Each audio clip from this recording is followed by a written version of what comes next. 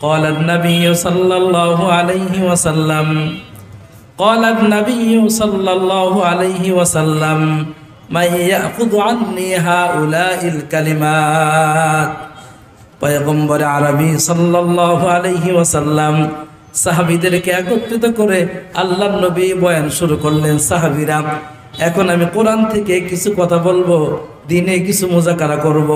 এই কথাগুলো এক নম্বরে কে মনোযোগ সহকারে শুনবে? পয়গম্বর আরবি 2 নম্বরে বললেন শুধু শুনলে চলবে না। আল্লাহ নবী বললেন দ্বিতীয় নম্বরে শোনার পরে আমল করতে হবে। আল্লাহর হাবিব বললেন শুধু নিজে আমল করলে চলবে না। 3 নম্বরে এই কথাগুলো অপরের কাছে পৌঁছায় দেওয়া, এই জিম্মাদারি কে কে পালন করবে? নবীজির সাহাবী আবু হুরায়রা রাদিয়াল্লাহু তাআলা আনহু হাত উঠাইলেন, ইয়া রাসূলুল্লাহ, আমি শুনবো, আমি মানবো এবং অপরকে কথাগুলো শেখাবার চেষ্টা করব। মুহতারাম হাজিরিন, আপনি আমিও যদি আল্লাহর পয়গম্বর যেইভাবে সাহাবায়ে কেরাম রাদিয়াল্লাহু তাআলা আনহুকে যেইভাবে তিনি কথা বলছেন, সাহাবায়ে কেরাম যেইভাবে মেনে নিয়েছেন, আপনি আমিও যদি কোরআনের কথাগুলো এইভাবে মেনে নেই, আমল করতে পারি, অপরের কাছে পৌঁছাইতে পারি, খোদার কসম করে বলি বাংলার জমিনে কোনো বেনামাজি তালাশ করে পাওয়া যাবে না। আওয়াজ করে বলেন কথা ঠিক কিনা? এজন্য আপনি আমি আলোচনা শুরু করেছি। পয়গম্বর আরবি সাল্লাল্লাহু আলাইহি ওয়াসাল্লাম তার বন্ধুকে ডাক দিয়ে বলেন, ওয়ামান আ'রাদা আন যিকরি, আল্লাহ তাআলা ডাক দিয়ে বলেন, নবী হযরতে নবী আলাইহির রাহমা এই আয়াতটা যখন তিলাওয়াত করতেন তো কান্নায় ভেঙে পড়তেন। ছাত্ররা প্রশ্ন করেন, হযরত আপনি পুরা কালামের তিলাওয়াত করেন, কখনো তো আপনি তিলাওয়াত করবার শুনে কান্না করেন না, আর এই সূরাত তাহার এই আয়াতে তিলাওয়াত আসলে আপনি কান্না শুরু করলেন। আল্লাহর গোলাম নবী বলেন, তোমরা যদি এই আয়াতের তরজমা বুঝতা, তোমরা যদি এই আয়াতের তিলাওয়াতের অর্থ বুঝতা, এর তাফসীর বুঝতা, তো তোমরাও কান্নাকাটি করতা। হযরতে নবী বলেন, সূরাতু তাহা 124 নম্বর আয়াতে আল্লাহ তাআলা তোমাকে আমাকে ডাক দিয়ে বলেন, মুসলমান, আল্লাহ তাআলা আপনাকে আমাকে 2টা শাস্তি দিবেন। আল্লাহ কোরআনে বলেন, 1 নম্বর শাস্তি দুনিয়াতে, আর 2 নম্বর শাস্তি হলো আখিরাতে। ছাত্ররা ভিড় জমাইছে হযরত, এমন কি আলোচনা, এমন কি শাস্তির কথা বলা হইল, আমাদেরকে একটু বলে দেন। হযরতে নবী তাই ছাত্রদেরকে নিয়ে একত্রিত হইলেন। এবার তিনি আলোচনা শুরু করলেন, ছাত্ররা শোনো, এই আয়াতের মধ্যে আল্লাহ পাক রব্বুল আলামিন 2টা শাস্তির কথা বলেছেন। 1 নম্বরে ওয়ামান আ'রাদা আন যিকরি ফাইন্না লাহু মাঈশাতান দনকা। হযরতে নবী বলেন 1 নম্বর শাস্তি হলো যারা কোরআন থেকে বিমুখ হয়ে যাবে, দিন থেকে বিমুখ হয়ে যাবে। 1 নম্বর শাস্তি তাদের জন্য। আল্লাহ বলেন, আযান হয়ে গেছে, মসজিদে আযান হয়ে যায়, মুসল্লি মসজিদে নামাজ পড়ার জন্য প্রস্তুত হয় না, মসজিদে যায় না। উলামায়ে কেরাম বলেন 1 নম্বর শাস্তি হলো ওই ব্যক্তিকে আল্লাহ তাআলা দুনিয়াতে সংকীর্ণ একটা জীবন দিবেন, খাবার থাকবে, খাবার খেতে পারবে না, মানুষ তাকে সম্মান দিবে না, ইজ্জতের জিন্দেগি পাবে না, শুধু দুনিয়াতে লাঞ্ছনা আর লাঞ্ছনা। আর 2 নম্বর শাস্তি হলো আখিরাতে। হযরতে নবী বলেন 2 নম্বর শাস্তি হলো আল্লাহ পাক রব্বুল আলামিন এই আয়াতে কারিমায় বলেন, আল্লাহ আমাদেরকে অন্ধ করে ময়দানে মাহশরে উঠাবেন। 1 নম্বর শাস্তি হলো দুনিয়াতে, আর 2 নম্বর শাস্তি হলো আখিরাতে। চোখ থাকতেও আল্লাহ তাআলা অন্ধ করে উঠাবেন। এখন যখন ছাত্ররা তরজমা শুনল, এত সময় তো নবীর কান্না, এখন তো তরজমা শোনার পরে ছাত্ররাও কান্না শুরু করছে। ওগো আল্লাহর গোলাম নবী, দুনিয়াতে আল্লাহ আমাকে এত সুন্দর চক্ষু দিয়েছেন, আর আখিরাতে আমার চক্ষু থাকবে না, আমি অন্ধ থাকবো, কারণটা কি? হযরতে নবী এবার ব্যাখ্যা করে বুঝাইতেছেন। বাবাজিরা খেয়াল করে শোনো। 1 নম্বরে আল্লাহ তাআলা এই আয়াতের শুরুতে বলেন, ওয়ামান আ'রাদা আন যিকরি, যেই ব্যক্তি আল্লাহর দিন থেকে, নামাজ থেকে, রোজা থেকে, হজ থেকে, যাকাত থেকে, এক কথায় উলামায়ে কেরাম তাফসীরের মধ্যে লেখে আল্লাহর হুকুম আর রাসূলের তরিকা থেকে যারা মুখ ফিরায় নেয়, আযানটা হয়ে যায়, আল্লাহর গোলাম মসজিদে যায় না। হযরতে থানবী বলেন আল্লাহ পাক রব্বুল আলামিন আপনাকে আমাকে দ্বীনি পথে আনার জন্য ময়দানে মাহশরে আল্লাহ বলবে, এরে বান্দা, আদম থেকে শুরু করে মুহাম্মাদুর রাসূলুল্লাহ পর্যন্ত আল্লাহ তাআলা আল্লাহর রাস্তা দেখাবার জন্য কখনো আল্লাহ তাওরাত দিয়েছেন, কখনো আল্লাহ তাআলা জবর দিয়েছেন, কখনো আল্লাহ তাআলা ইনজিল দিয়েছেন, কখনো আল্লাহ তাআলা আপনাকে আমাকে শেষ কিতাব আল কোরআনুল কারীম যে তিলাওয়াত শুনে আমরা পাগল পারা হয়ে গেলাম, এই কিতাব দিয়ে আল্লাহ তাআলা পাঠাইছেন। আল্লাহ তাআলা ময়দানে মাহশরে বলবেন, আমার নবী তোমাদেরকে নামাজের জন্য ডাক দিয়েছেন, তোমরা যাও নাই। নবীর ইন্তেকালের পরে আবু বকর তোমাদেরকে নামাজের জন্য দাওয়াত দিয়েছে, তোমরা অনেকে নামাজে যাও নাই। আরে আবু বকরের পরে হযরত ওমর, এইভাবে সাহাবায়ে কেরাম নামাজের দাওয়াত দিয়েছেন। সাহাবায়ে কেরামের বিদায় হয়ে গেছে।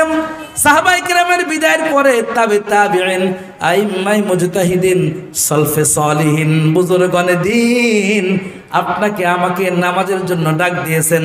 আল্লাহ কোরআনুল কারীমে নবীকে ডাক দিয়ে বলেন, সূরাত তাহা 132 নম্বর আয়াত, এই আয়াতে আল্লাহ তাআলা বলেন, ওয়া'মুর আহলাকা বিস-সালাতি ওয়াসতাবির আলাইহা লা নাসআলুকা রিজকা। আল্লাহ ডাক দিয়ে বলেন, নবী নামাজ আর একা নয়, আপনি আপনার পরিবারকে নামাজের দাওয়াত দেন। ওয়া'মুর আহলাকা বিস-সালাতি ওয়াসতাবির আলাইহা, এবং এই নামাজের উপরে, ইবাদতের উপরে আপনি নিজে অটল থাকেন। আল্লাহর নবী মুহাম্মদ আরবি সাল্লাল্লাহু আলাইহি ওয়াসাল্লাম তাই তো পরিবার পরিজনকে নামাজের দাওয়াত দেন।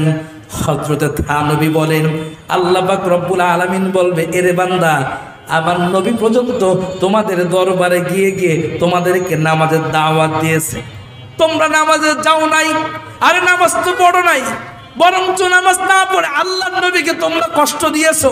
হযরতে থানবী বলেন, আল্লাহর নবী এইভাবে নামাজের জন্য কষ্ট করে গেছেন, দাওয়াত দিয়ে গেছেন, আপনি আমি দাওয়াত গ্রহণ করি নাই, সময় মতো মসজিদে যাইতে পারি নাই।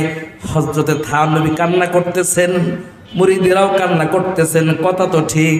এজন্য হযরতে থানবী এই আয়াতটা যখন তিলাওয়াত করেন কান্নায় ভেঙে পড়েন, ওয়ামান আ'রাদা আন যিকরি ফাইন্না লাহু মাঈশাতান দনকা। সূরাত তাহা 124 নম্বর আয়াত বাড়িতে গিয়ে গুগলে সার্চ দিবেন, এরপরে দেখবেন লম্বা ব্যাখ্যা তাফসীর চলে আসছে। আল্লাহর ওলি থানবী বলেন, যখন তুমি আমি দিন থেকে সরে গেছি, এজন্য আল্লাহ তাআলা দুনিয়াতে তোমাকে আমাকে একটা শাস্তি দিবেন, সংকীর্ণ জীবন, কোনো শান্তি থাকবে না, ছেলে মেয়ে তোমাকে আমাকে সম্মান দিবে না, বয়স হয়ে গেলে বৃদ্ধাশ্রমে পাঠায় দিবে, ছেলের হাতে বাবার রক্ত থাকবে, মেয়ের হাতে মায়ের রক্ত থাকবে, কারণ আল্লাহর হুকুম তারা পালন করে নাই, নামাজে তারা আসে নাই, দিন থেকে তারা দূরে সরে গেছেন। দ্বিতীয় নম্বর শাস্তি হলো আল্লাহ তাআলা আপনাকে আমাকে অন্ধ করে উঠাবেন। মুসলমান ইমানদার, যে আল্লাহ আপনাকে আমাকে দুনিয়াতে এত মহব্বত করেন, আপনি আমি দুনিয়াতে হাজারো আকাম কুকাম করার পরেও আল্লাহ আমাদেরকে দুনিয়াতে কষ্ট দেন না, ওই আল্লাহ আখিরাতের মজমায় আপনাকে আমাকে অন্ধ করে উঠাবেন। মুসলমান ইমানদার, আল্লাহর ওলি থানবী বলেন, ময়দানে মাহশরে বান্দা আল্লাহর সামনে দাঁড়ায় বলবে, ওগো মালিক, ক্বালা কাযালিকা, আমরা আল্লাহর সামনে দাঁড়ায় বলবো, ওয়া নাহশুরুহু ইয়াউমাল কিয়ামাতি আ'মা, আমাদেরকে অন্ধ করে উঠানো হবে। আমরা মালিকের সামনে দাঁড়ায় বলবো, ক্বালা কাযালিকা, আল্লাহ পাক রব্বুল আলামিন বলেন, আমরা বান্দা আল্লাহর সামনে বলবো, ওয়া নাহশুরুহু ইয়াউমাল কিয়ামাতি আ'মা, ক্বালা রব্বি লিমা হাশারতানি আ'মা ওয়া ক্বাদ কুনতু বাসীরা। বান্দা মালিকের সামনে দাঁড়ায় বলবে, ক্বালা রব্বি লিমা হাশারতানি আ'মা, ওগো মালিক, আপনি আমাকে অন্ধ করে কেন উঠাইলেন? দুনিয়াতে আমার চক্ষু ছিল, আমি দুনিয়াতে দেখতাম, এই আখিরাতে আপনি আমাকে কেন অন্ধ করে উঠালেন? এবার আল্লাহ তাআলা রাগ হয়ে কথা বলবেন, দুনিয়াতে আপনার আমার জন্য গফফার, ফজরের আজান হয়েছে, মসজিদে আসেন নাই, আল্লাহর সাথে সাথে শাস্তি দেন নাই। জোহরের আজান হয়ে গেছে, মসজিদে আপনি আমি যাই নাই, আল্লাহর সাথে সাথে আপনাকে আমাকে আযাব দেন নাই। আল্লাহ আপনাকে আমাকে সুযোগ দেন, ছাড় দেন। তবে মনে রাখতে হবে, আল্লাহ বান্দাকে ছাড় দেয়, আল্লাহ কিন্তু বান্দাকে ছেড়ে দেন না। আওয়াজ করে বলেন কথা ঠিক কিনা? আমরা যে বাংলাদেশে বসবাস করি, আমাদের বাংলাদেশে 17 বছর পর্যন্ত যারা ক্ষমতায় ছিলেন, যাদের কারণে অনেক ওলামায়ে কেরাম জেলখানায় ছিলেন, আল্লাহর আদালতে ওলামায়ে কেরাম কান্নাকাটি করছেন, ওলামায়ে কেরাম ধৈর্য ধারণ করেছেন, ওনারা যত জুলুমই করেছেন, আল্লাহ 17 বছর সুযোগ দিয়েছেন। আল্লাহ তাআলা এই সুযোগ দেওয়ার পরে, ছাড় দেওয়ার পরে, আল্লাহ ছাড় দেন নাই, ভাতটা পাকাবার পরে ওই পাকানো খাবারটাও তিনি খানা খেয়ে বাংলাদেশ থেকে বিদায় হইতে পারেন নাই। আওয়াজ করে বলেন কথা ঠিক না বেঠিক? এজন্য দোস্ত, কোরআন হাদিস থেকে আপনাকে আমাকে সবক নিতে হবে। আল্লাহ তাআলা বান্দাকে ছাড় দেন কিন্তু বান্দাকে ছেড়ে দেন না। হযরত থানবী বলেন, ময়দানে মাহশরে আল্লাহ পাক রব্বুল আলামিন বলবে, রাগ হয়ে বলবে, দুনিয়াতে আল্লাহ পাকের এক নাম গফফার, দুনিয়াতে আল্লাহ পাকের আরেক নাম রহিম, আরেক নাম রহমান, কিন্তু ময়দানে মাহশরে দোস্ত আল্লাহ পাকের এক নাম হয়ে যাবে আজিজুল কাহার, কঠিন থেকে কঠিন। বান্দা আল্লাহর সামনে গিয়ে বলবে, মালিক আপনি আমাকে অন্ধ করে কেন উঠালেন? ক্বালা রব্বি লিমা হাসারতানি আ'মা, ওগো মালিক আপনি আমাকে অন্ধ করে কেন উঠালেন? আমার তো দুনিয়াতে চক্ষু ছিল। এবার আল্লাহ পাক রব্বুল আলামিন রাগ হয়ে গুসায় বলবে, বান্দা তোমাকে কেন অন্ধ করে উঠাইছি এটা জানতে চাও? কেন উঠাইছি? এবার আল্লাহ তাআলা বলবে, ক্বালা কাযালিকা, আল্লাহ পাক বলবেন, ক্বালা কাযালিকা আতাতকা আয়াতুনা ফানাসিতাহা, আমার আয়াতগুলো, আমার কোরআন তোমাদের সামনে, আমার দিন তোমার সামনে, আমার হজ তোমার সামনে, যাকাত তোমার সামনে, লোকেরা দাওয়াত নিয়ে গেছেন, নবীরা দাওয়াত দিয়েছেন, ওলামায়ে কেরাম বুঝাইছেন, তুমি মুখটাকে ফিরায় এনেছো, তুমি মুখটাকে ফিরায় এনেছো, কোরআন থেকে দূরে চলে গেছো। আল্লাহ পাক রব্বুল আলামিন এবার উত্তর দিবেন, ক্বালা কাযালিকা আতাতকা আয়াতুনা ফানাসিতাহা, তুমি দুনিয়াতে আমার সকল হুকুম আহকাম থেকে মুখকে ফিরায় এনেছো, ভুলে গেছো, সুতরাং ক্বালা কাযালিকা আতাতকা আয়াতুনা ফানাসিতাহা ওয়া কাযালিকাল ইয়াওমা তুনসা। ও দোস্ত, আল্লাহ পাকের হাবিব বলেন, হযরত থানবী আলাইহির রাহমা বলেন, রব্বে কারিম ডাক দিয়ে বলবেন, তুমি যেইভাবে আমাকে ভুলে গেছো দুনিয়াতে, ও বান্দা তুমি যেইভাবে দুনিয়াতে আমাকে ভুলে গেছো, আমি আল্লাহ আজকে তোমাকে ভুলে গেলাম। আল্লাহ পাক রব্বুল আলামিন যদি কাউকে ভুলে যায়, জাহান্নাম ছাড়া কোনো গতি নাই। এজন্য আল্লাহ পাক রব্বুল আলামিন যে আয়াতটা তিলাওয়াত করেছিলাম আপনাদের সামনে, এলোমেলো হয়ে গেছিলেন আপনারা, আবার সুন্দর করে বসছেন, আলহামদুলিল্লাহ। আলোচনা এখনই শুরু করতেছি। যে আয়াতটা আমি আপনাদের সামনে তিলাওয়াত করেছি, এই আয়াতের তর্জমা কিভাবে যে আপনাদের সামনে করব, আর কথাগুলোই যে কিভাবে বলবো, কোন ভাষায় আপনাদেরকে বুঝাবো, আমার তো কোনো ভাষা এরকম জানা নাই যেই ভাষা দিয়ে বললে আপনারা হৃদয়ের মধ্যে ঢুকায় নেবেন, আপনারা আমলে পৌঁছায় যাবেন। এই জন্য যারা ওলামায়ে কেরাম আমরা স্টেজে আছি, নিচে যারা বসা আছি, যুবক বন্ধুদেরকে বলবো, যদি সম্ভব হয় কথাগুলো নোট করে নিয়ে যাওয়া, বাড়ি থেকে আমল করতে সহজ হবে।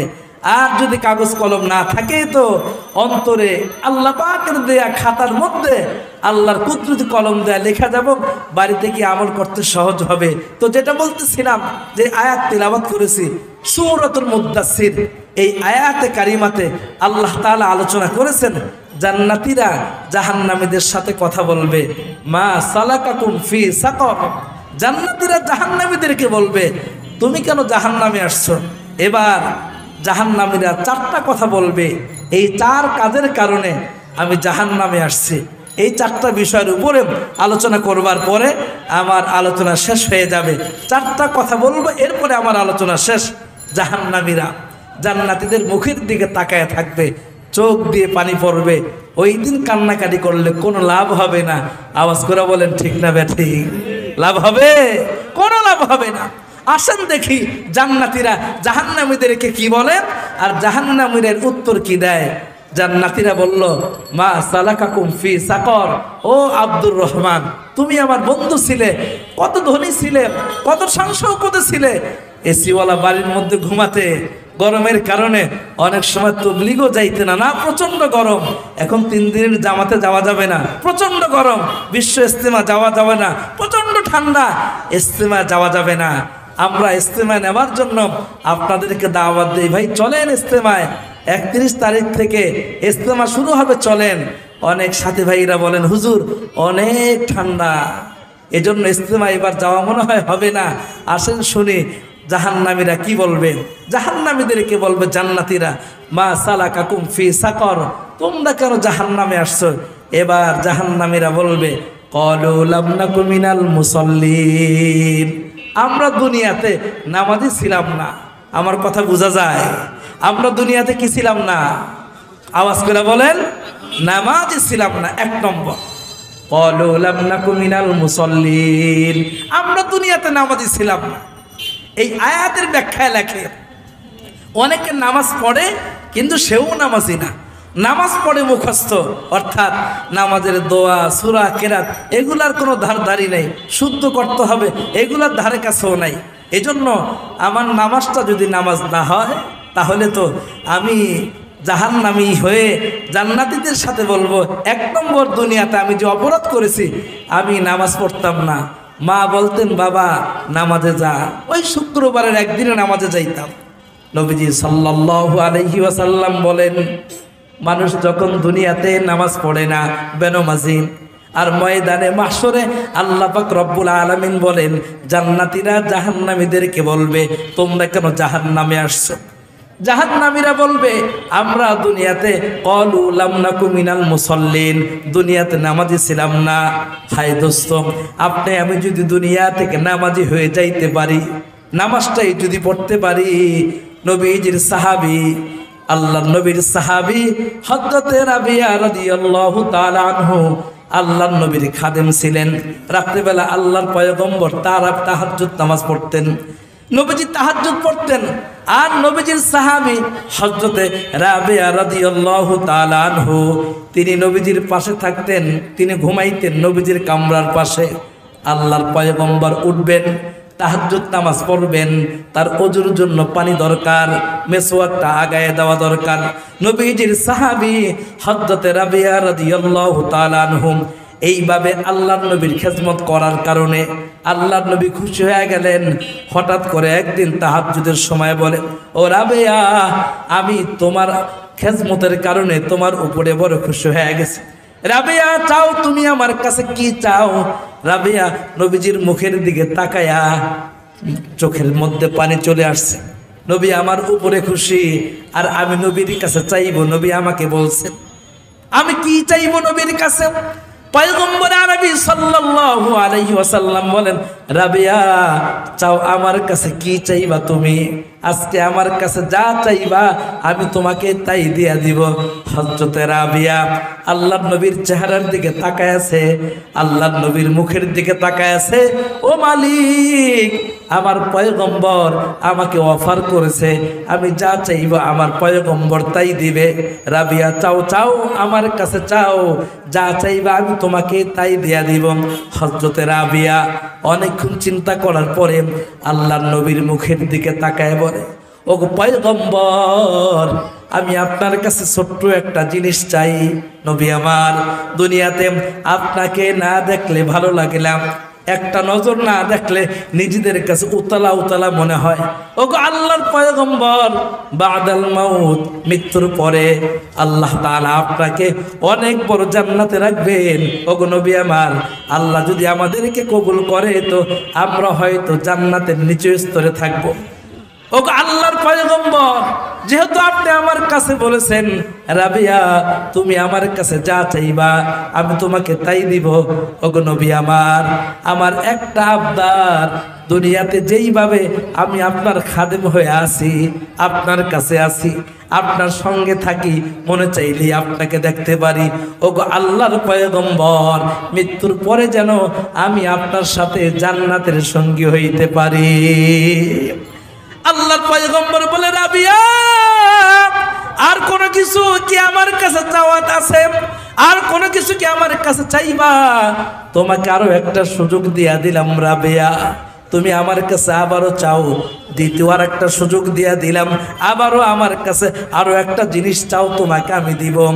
আল্লাহর পয়গম্বরের মুখের দিকে তাকায়া, কারণ সাহাবীদের অন্তরে নবী পাকের মহব্বত এত বেশি ছিল, নবী ছাড়া তারা কোনো কিছু চিন্তা করতে পারতো না।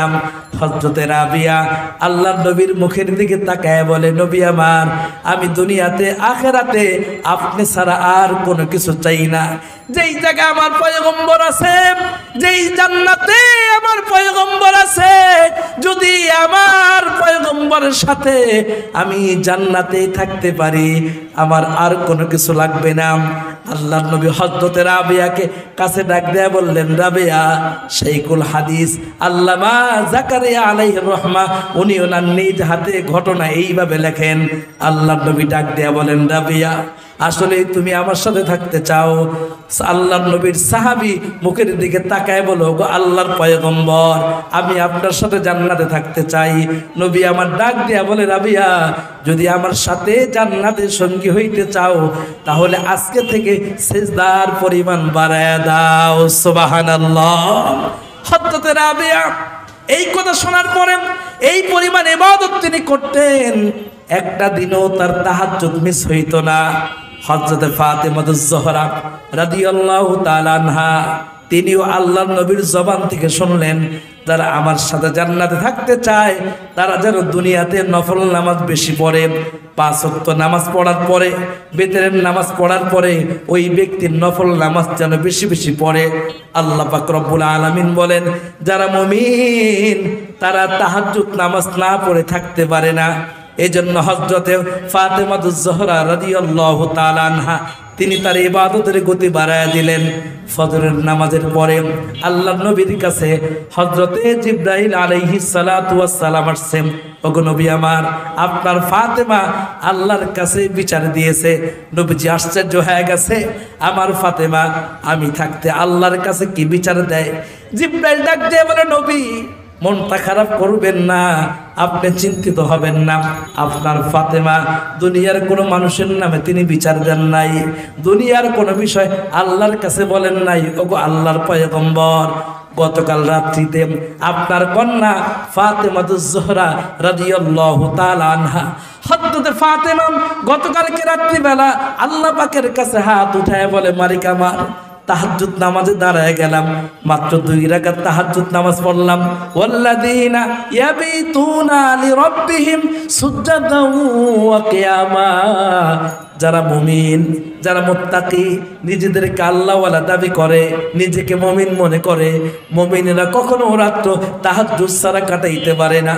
হযরতে ফাতেমা আল্লাহর কাছে দোয়া করে, মালিক, মাত্র 2 রাকাত তাহাজ্জুদ নামাজ পড়লাম, রাত্রটা শেষ হয়ে গেল। ও আল্লাহ, তোমার রাত্রটা এত ছোট কেন? রাত্র যদি আর একটু বড় হইতো তো একটু ইবাদত আরো 2 রাকাত নামাজ বাড়ায় পড়তে পারতাম। মুসলমান ইমানদার, শীতের রাত্র কত বড় লম্বা রাত্র, তোমার আমার রাত্র কাটে না।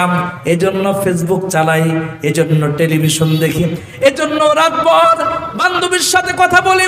আসলে আল্লাহর সাথে তোমার আমার সম্পর্ক হয় নাই। এজন্য হযরতে থানবী বলেন, যতদিন পর্যন্ত আপনি আমি আহলে দিল না হইতে পারবো, আপনার আমার দিল আল্লাহর সাথে সম্পর্ক না হবে, আহলে দিল না হইতে পারবো, ততদিন পর্যন্ত আল্লাহর হুকুমগুলো জমিনে বাস্তবায়ন করা, নবী পাকের তরিকা দুনিয়াতে বাস্তবায়ন করা সম্ভব হবে না। এজন্য হযরতে থানবী আপনাকে আমাকে ডাক দিয়া বলেন, মুসলমান, চেষ্টা করো আহলে দিল হওয়ার জন্য। আল্লাহ পাক রব্বুল আলামিন বলেন, ইয়াউমা লা ইয়ানফাউ মালুন ওয়ালা বানুন ইল্লা মান আতাল্লাহু বিকলবিন সালিম। আল্লাহ পাক বলেন, ওই দিন কিয়ামতের ময়দানে কোনো মানুষের সন্তান কাজে লাগবে না, কোনো মানুষের সম্পদ কাজে লাগবে না, তবে একটা জিনিস, ইয়াউমা লা ইয়ানফাউ মালুন ওয়ালা বানুন ইল্লা মান আতাল্লাহু বিকলবিন সালিম। কলবে সালিম কাকে বলে? কলবে সালিম হলো এমন একটা অন্তর যে অন্তরে অহংকার থাকে না, যে অন্তরে গুনাহ থাকে না, যে অন্তরে থাকে আল্লাহর ভয়, যে অন্তরে থাকে রাসূল পাকের মহব্বত, আর যে অন্তর পরিচালনা হয় আল্লাহর হুকুম রাসূলের তরিকায়। মুসলমান ইমানদার, যখন আপনার আমার অন্তর আল্লাহর হুকুম আর রাসূলের তরিকায় পরিচালিত হবে, তখন এই অন্তরের মাধ্যমে কোনো গুনাহ হবে না। এই জন্যই তো আল্লাহ তাআলা কোরআনে হাকিমে ডাক দিয়ে বলেন, ওয়ালাকাদ যারানা লিজাহান্নামা কাসীরাম মিনাল জিন্নি ওয়াল ইনস লাহুম কুলুবুন লা ইয়াফকাহুনা বিহা ওয়ালাহুম আ'য়ুনুন লা ইউবসিরুনা বিহা ওয়ালাহুম আযানুন লা ইয়াসমাউনা বিহা উলাইকা কাল আনআম বাল হুম আদাল উলাইকা হুমুল গাফিলুন। আল্লাহ ডাক দেয়া বলে, বান্দা তোমাকে একটা অন্তর দিলাম, অন্তর দিয়ে ভালো কোনো কিছু চিন্তা করো। অন্তর যখন আহলে দিল হয়ে যাবে, আল্লাহ তাআলা গুনাহ থেকে তোমাকে বাঁচায় রাখবে। ইসলামের উপরে থাকা তোমার জন্য সম্ভব হবে। যদি আহলে দিল তুমি আমি না হইতে পারি, তো ছোট ছোট বিপদ আসলে ইসলাম থেকে দূরে চলে যাব। আল্লাহর এক গোলাম, আহলে ইলম, আহলে দিল, আহলে ঈমান, এমন একজন আল্লাহর ওলি হলেন ইমাম আহমদ বিন হাম্বল। আল্লাহর গোলাম কোরআনের পক্ষে কথা বললেন। কোরআনের পক্ষে কথা বলবার কারণে ওই জামানার জালেমেরা আল্লাহর বান্দাকে জেলখানায় নিয়ে গেছে। অপরাধ কি? হযরত ইমাম আহমদ বিন হাম্বল কোরআনের পক্ষে কথা বলে, এই জন্য তাকে জেলখানায় দেওয়া হয়েছে। গত 17 বছরে কত উলামায়ে কেরাম জেল খাটছেন। একজন আলেমও নিজের ব্যক্তিগত কারণে, ব্যক্তিগত আমলের কারণে, ব্যক্তিগত কারণে, নিজের স্বার্থের কারণে, নিজের পেটের কারণে, নিজের কর্মের কারণে জেলখানায় যায় নাই রে মুসলমান। প্রত্যেকটা আলেম কোরআনের পক্ষে কথা বলবার কারণে জালেমের জেলখানায় বন্দী ছিল। আওয়াজ করে বলেন কথা ঠিক কিনা? একজন আলেমও বিগত 17 বছরে এমন একজন আলেম পাবেন না যিনি তার ব্যবসায়ী লেনদেনের কারণে, ব্যক্তি কোনো কাজের কারণে সে জেলখানায় গিয়েছে। প্রত্যেকটা আলেমই কোরআনের পক্ষে কথা বলবার কারণে আলেমদেরকে জেলখানায় বন্দী করা হয়েছে। ইমাম আহমদ বিন হাম্বলও কোরআনের পক্ষে কথা বলবার কারণে তাকে জালেমেরা, জালেমদের জেলখানার মধ্যে বন্দী করেছে। যখন জালেমেরা ইমাম আহমদ বিন হাম্বলকে জেলখানায় বন্দী করছে, জেলখানায় বন্দী করবার পরে আহমদ বিন হাম্বলকে বারবার বলা হয়েছে, ওগো ইমাম, ওগো ইমাম, এখনো সময় আছে, ভালো হয়ে যাও, কোরআনের পক্ষে কথা বলবা না, কোরআনের বিপক্ষে কথা বলো, বাদশার কথা মেনে নাও, তোমাকে শান্তিতে সম্মানের সাথে আবার তোমাকে ছেড়ে দেওয়া হবে। ইমাম আহমদ বিন হাম্বল বলছেন, জীবন তো আল্লাহ তাআলা একবার দিয়েছেন, জীবন একটাই, আর কথাও একটা, সিদ্ধান্ত একটা। জালেম যত জুলুমই করুক না কেন, আমি আমার সিদ্ধান্ত থেকে বিন্দু পরিমাণ সরে যাব না। ইমাম আহমদ বিন হাম্বলের এই করা ভূমিকা, এই কথা শুনবার পরে জালেমেরা সিদ্ধান্ত নিয়েছে, আহমদ বিন হাম্বল যতক্ষণ জেলখানায় থাকবে, যতদিন জেলখানায় থাকবে, প্রত্যেক দিন তাকে 80টা করে বেত মারা হবে, চাবুক মারা হবে। এইভাবে ইমাম আহমদ বিন হাম্বলকে যখন জালেমেরা জেলখানার ভিতরে চাবুক মারতেছিল, কোনো কাজ হয় নাই। আল্লাহর গোলাম তো কোরআনওয়ালা। আল্লাহ তাআলা কোরআনে বলেন, ইয়া আইয়ুহাল্লাযীনা আমানুসবিরু ওয়া সাবিরু ওয়া রাবিতু ওয়াত্তাকুল্লাহ। এই আয়াত তো তাদের চোখের সামনে। ইমাম আহমদ বিন হাম্বল যখন জালেমের জুলুমের কাছে মাথাকে নত করে দেয় নাই, এজন্য জালেমেরা ইমাম আহমদ বিন হাম্বলকে মাথা নত করবার জন্যে, তাকে ঘায়েল করবার জন্যে তার মাকে ধরে নিয়ে আসছে। মুসলমান ইমানদার, সন্তানের সামনে যদি মাকে আঘাত করে, দুনিয়ার কোনো সন্তানই সহ্য করতে পারবে না। সন্তানের সামনে যদি বাবাও তার মার গায়ে হাত দেয়, সন্তান তার বাবাকেও অনেক সময় ছাড় দেয় না। ইমাম আহমদ বিন হাম্বল জেলখানার মধ্যে বন্দী, মাকে জেলখানা নিয়ে আসছে, আর বলা হলো, আহমদ এখনো সময় আছে, এখনো সময় আছে। জালিমের কথা মেনে নেওয়ার জন্য জালিমের পক্ষ থেকে বারবার বলা হলো, এখনো সময় আছে, মেনে নাও। এই যে তোমার মাকে ধরে আনা হয়েছে, এখন তোমার মাকে লাঞ্ছিত করা হবে, এখন তোমার মাকে বেজ্জতি করা হবে। ইমাম আহমদ বিন হাম্বল তাকায় আছে, মাকে নিয়ে আসছে, এখন তিনি কি করবেন? খুব দ্বিধাদ্বন্দ্বের মধ্যে পড়ে গেলেন। মা যদি কান্না শুরু করে তো সন্তান তো মায়ের চোখের পানি সহ্য করতে পারবে না। উলামায়ে কেরাম কিতাবের মধ্যে লেখেন, ইমাম আহমদ বিন হাম্বল মায়ের চোখের দিকে তাকায় আছে, মা ও সন্তানের চোখের দিকে তাকায় আছে। মা যখন জেলখানায় আসছে, আয়সা দেখে সন্তানের গায়ের মধ্যে একটা জুব্বা, জুব্বার অবস্থা এরকম, জুব্বার দিকে তাকায়া মা কান্নায় ভেঙে পড়ছে। জালেমের জুলুমের কারণে, জালেমের চাবুকের আঘাতে ইমাম আহমদ বিন হাম্বলের জুব্বাটা ফেটে গেছে, আর জুব্বার মধ্যে রক্ত লেগে আছে। মা সন্তানের জুব্বার দিকে তাকায়া কান্না শুরু করছে। জালেমেরা মনে করছে মায়ের চোখের পানি দেখে সন্তান মনে হয় গলে যাবে, সন্তান সিদ্ধান্ত থেকে ফিরে চলে আসবে। দেখে না না, সন্তান কোনোভাবেই ইমাম আহমদ বিন হাম্বল নিজের সিদ্ধান্ত থেকে ফিরে আসে না। এবার শুরু করলো মায়ের গায়ে চাবুকের আঘাত। ইমাম আহমদ বিন হাম্বল মায়ের দিকে তাকায় আছে, মায়ের গায়ের মধ্যে চাবুকের আঘাত। আকাশের দিকে তাকায় তাকায় ইমাম আহমদ বিন হাম্বল চোখের পানি ছেড়ে দেয় আর বলে, মালিক কোন পরীক্ষায় তুমি আমারে ফালায় দিলা? আমার মায়ের গায়ে জালেমেরা ওই যে চাবুক আঘাত করে, মায়ের চাবুকের আঘাত সহ্য করতে পারবো না। তাকায় আছে আকাশের দিকে, মাও চাবুকের আঘাতের কারণে মায়ের চোখ দিয়ে টপ টপ করে পানি পড়ে। সন্তানের মুখের দিকে তাকায় আছে ইমামে আহমদ বিন হাম্বল রহমতুল্লাহি আলাইহি, মায়ের মুখের দিকে তাকায় আছে, দেখে মা কোন কথা বলে, মা কোন সিদ্ধান্ত দেয়। মা ইমামে আহমদ বিন হাম্বলের মুখের দিকে তাকায় বলে, এর আহমদ বিন হাম্বল, এই দিনটার জন্যে আমি অপেক্ষা করতেছিলাম। হাজারো নির্যাতন করবে, আমার সন্তান কোরআনের সিদ্ধান্ত থেকে দূরে সরবে না। আওয়াজ করে বলেন না আল্লাহু আকবার, জোরে বলেন আল্লাহু আকবার, আওয়াজ করে বলেন আল্লাহু আকবার। মুসলমান ইমানদার ইমামে আহমদ বিন হাম্বল মায়ের মুখের দিকে তাকায় আছে। মা তাকে সাহস দিলেন, মা যেমন মুমিনা আর তার সন্তান তো মুমিন।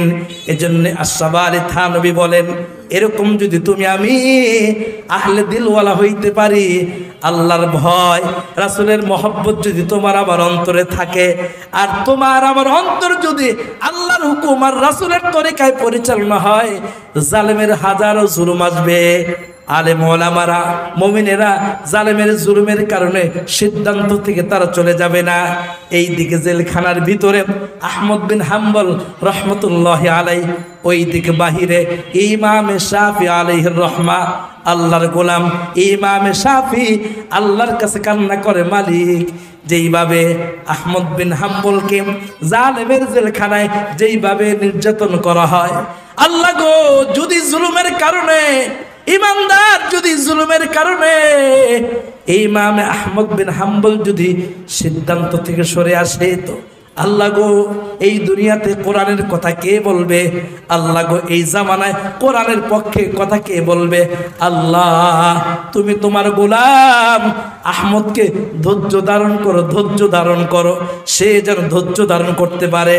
আল্লাহর গোলামেরা, আল্লাহ পাক রব্বুল আলামিন বলেন, যদি তুমি আমি জালেমের জুলুমের সামনে যদি ধৈর্য ধারণ করে থাকতে পারি, আর জালেমের জুলুমের সামনে ধৈর্য ধারণ করবার জন্যে আহলে দিলওয়ালা হওয়া চাই। আহলে দিল বলা হয় যার অন্তরে আল্লাহ পাকের ভয় আছে, 2 নম্বরে রাসূল পাকের মহব্বত আছে, 3 নম্বরে এই অন্তর এই কলবটা পরিচালিত হয় আল্লাহর হুকুম আর রাসূলের তরিকায়। এমন একজন আহলে দিলওয়ালা ছিলেন। এই যে কেল্লার পাশে যে মাদ্রাসা, লালবাগ মাদ্রাসার শায়েখ মুফতি আমিনী রহিমাহুল্লাহ, এমন একজন আহলে দিল ছিলেন। জালেমেরা জেলখানায় ঢুকাইছে, মাথা নত করে নাই। জালেমেরা জেলখানায় আল্লাহর গোলাম মুফতি আমিনী রহিমাহুল্লাহকে অনেক প্রস্তাব দিয়েছেন, অনেক লোভনীয় প্রস্তাব দিয়েছেন, মাথা নত করে নেই জালেমদের সামনে, জালেমদের সামনে মাথা নত করে নেই। এজন্য জালেমেরা আল্লাহর গোলাম মুফতি আমিনী রহিমাহুল্লাহকে জেলখানায় বন্দী করলেন। আল্লাহর গোলাম আবার আল্লাহর কুদরতে জেলখানা থেকে বের হয়ে আসলেন। আবার তাকে বোঝানো হলো, আপনি রাজপথ ছেড়ে দেন, আপনি হক কথা বলা বন্ধ করে দেন, আপনার যা লাগবে আমরা দেখব। আল্লাহর গোলাম মুফতি আমিনী, ওই যে ইমাম আহমদ বিন হাম্বলের মতো আহলে দিলওয়ালা মানুষ, কোনোদিন তিনি মাথা নত করেন নাই। এরপরে জালেমেরা তার সন্তান আবুল হাসানাত আমিনীকে তাকে গুম করে দিল, তাকে হত্যা করার হুমকি দিল। সন্তানের চাইতে বাবার কাছে মার কাছে মহব্বতের আর দুনিয়াতে কোনো কিছু হইতে পারে না। সন্তানের জন্য মা বাবা দুনিয়ার সব করতে পারে, কিন্তু মুফতি আমিনী রহমাহুল্লাহ আল্লাহর আইনকে বাস্তবায়ন করবার জন্যে, কোরআনের কথা দুনিয়াতে বাস্তবায়ন করবার জন্যে আল্লাহর গোলাম মুফতি আমিনী রাহিমাহুল্লাহ মাথা নত করেন নাই। সন্তানকে গুম করা হয়েছে। আবার সন্তানকে গুম করার পরে আপনার আমার মনে রাখতে হবে, আমরা যারা তাওয়াক্কুল করব আল্লাহর উপরে, আমরা যারা ভরসা করব আল্লাহর উপরে, সামান্য মুসিবত আসবে। আল্লাহ তাআলা কোরআনে বলেন, ওয়ালা নাবলুওয়ান্নাকুম বিশাইইম মিনাল খাউফি ওয়াল জু' ওয়া নাকসিম মিনাল আমওয়ালি ওয়াল আনফুসি ওয়াত তামারাত ওয়া বাশশিরিস সাবিরিন। আল্লাহ কোরআনে বলেন, ওগো নামাজি, ওগো ঈমানদার, ওগো মুমিন মুসলমান, কখনো কখনো মাল দিয়ে আল্লাহ তোমারে পরীক্ষা করবে, কখনো কখনো আল্লাহ তাআলা মুসিবত দিয়ে তোমাকে পরীক্ষা করবে। আলেম ওলামার সামনে কোরআনের আয়াত থাকবার কারণে মুফতি আমিনী রাহিমাহুল্লাহ জালেমদের সামনে মাথা নত করেন নাই। এরপরে দীর্ঘ 18 মাস পর্যন্ত জালেমের নজরবন্দি থেকে থেকে আল্লাহর গোলাম আল্লাহর কাছে সাক্ষাৎ করার জন্য চলে গেছেন। আলোচনা করতেছিলাম, দোস্ত তুমি আমি যদি এরকম আহলে দিলওয়ালা হইতে পারি, হাজারো বার মুসিবত আসবে, জালেমের সামনে আমরা মাথা নত করব না। তাই তো ইমামে শাফি আল্লাহর কাছে দোয়া করতেছে, মালিক তোমার বান্দা আহমদ জালেমের জেলখানায় আছে, প্রত্যেক দিন নির্যাতন করা হয়, ও আল্লাহ আহমদকে ধৈর্য ধারণ করবার তৌফিক দান করো। ইন্নাল্লাহা মা'আস সাবিরিন, ধৈর্যশীলের সাথে আল্লাহ আছে। ইমাম আহমদ বিন হাম্বল এইভাবে যখন তিনি কাঁদতেছিলেন, আল্লাহর কাছে দোয়া করতেছিলেন, কাঁদতেছিলেন, কান্না করতে করতে ঘুমায় গেছেন। আল্লাহর ওলি যখন কান্না করতে করতে ঘুমায় গেছে, স্বপ্ন যুগে আল্লাহ পাক রব্বুল আলামিন ইমামে শাফির সাথে আল্লাহ নবীকে স্বপ্নে সাক্ষাৎ করায় দিছে।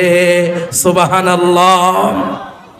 রাতে যখন সাক্ষাৎ হয়ে গেছে, ইমামে শাফি আলাইহির রাহমা আল্লাহর নবীকে স্বপ্ন দেখার পরে কান্নায় ভেঙে পড়ছেন। ওগো আল্লাহর পয়গম্বর, আহমদ বিন হাম্বল তো জালেমের জেলখানায়, আল্লাহর কাছে সাহায্য চাই, দোয়া করতেছি। হযরতে ইমামে শাফি আলাইহির রহমাকে আল্লাহর পয়গম্বর ডাক দিয়া বললেন, ওগো শাফি, আমার কাছ থেকে সুসংবাদ নাও, আহমদ বিন হাম্বল যেন জালেমের জেলখানায় জুলুমকে সহ্য করে যেন সে তার সিদ্ধান্ত অটল থাকে, সিদ্ধান্ত যেন পরিবর্তন না করে। আল্লাহর গোলাম ইমামে শাফি আলাইহির রহমা নবীকে স্বপ্ন দেখার পরে এই সুসংবাদ দেওয়ার জন্য জেলখানায় খাদেমকে পাঠায় দিলেন। খাদেম জেলখানায় গেছে। জেলখানায় গিয়ে ইমামে আহমদ বিন হাম্বল বলেন, আপনার জন্য সুসংবাদ। কি সুসংবাদ? আল্লাহর পয়গম্বরকে ইমামে শাফি স্বপ্ন দেখেছেন, আর আল্লাহর নবী বলছেন যে সিদ্ধান্ত আপনি নিয়েছেন, সিদ্ধান্তে আপনি অটল থাকেন, সিদ্ধান্ত পরিবর্তন করবেন না। ইমামে শাফি কথাটা শোনার পরে আকাশের দিকে তাকায়া চোখের পানি ছেড়ে দিলেন, আল্লাহ আমার এই সিদ্ধান্তের উপরে থাকলে তুমি আমাকে খায়ের দান করবা, আমার জীবনও যদি চলে যায় আমি সিদ্ধান্ত থেকে ফিরে আসবো না। আল্লাহর গোলাম ইমামে শাফি আলাইহির রহমা এই সুসংবাদ খাদেমের মাধ্যমে পাঠিয়ে দিলেন। দোস্ত, এবার খাদেম যখন সুসংবাদ দিয়া জেলখানা থেকে চলে আসছে, ইমামে শাফি আলাইহির রহমা খাদেমকে জিজ্ঞাসা করে, খাদেম তুমি যে সুসংবাদ নিয়ে গেলা, এই সুসংবাদ দেওয়ার কারণে তোমাকে কি হাদিয়া দিল? খাদেম আশ্চর্য হয়ে গেছে, জেলখানা থেকে আবার কি হাদিয়া দিবেন? আল্লাহর ওলি ইমামে শাফি বলে, না না, ইমাম আহমদ বিন হাম্বল আল্লাহর নবীকে বড় ভালোবাসে। আর যে আল্লাহর নবীকে ভালোবাসে, আর নবী পাকের সুন্নত হলো কোন সুসংবাদ শুনাইলে তাকে কিছু হাদিয়া দেওয়া, এটা হলো নবী পাকের সুন্নত। আল্লাহর নবী বলেন, মান আহাব্বা সুন্নতি ফাকাদ আহাব্বানি ওয়া মান আহাব্বানি কানা মাই ফিল জান্নাহ। নবী বলেন, যেই ব্যক্তি আমার সুন্নতকে ভালোবাসে সে যেন আমাকে ভালোবাসলো, আর ওই লোক আমার সুন্নতকে ভালোবাসবার কারণে আমি নবীর সাথে সে জান্নাতে যাওয়ার সুযোগ পেয়ে যাবে। সুবহানাল্লাহ।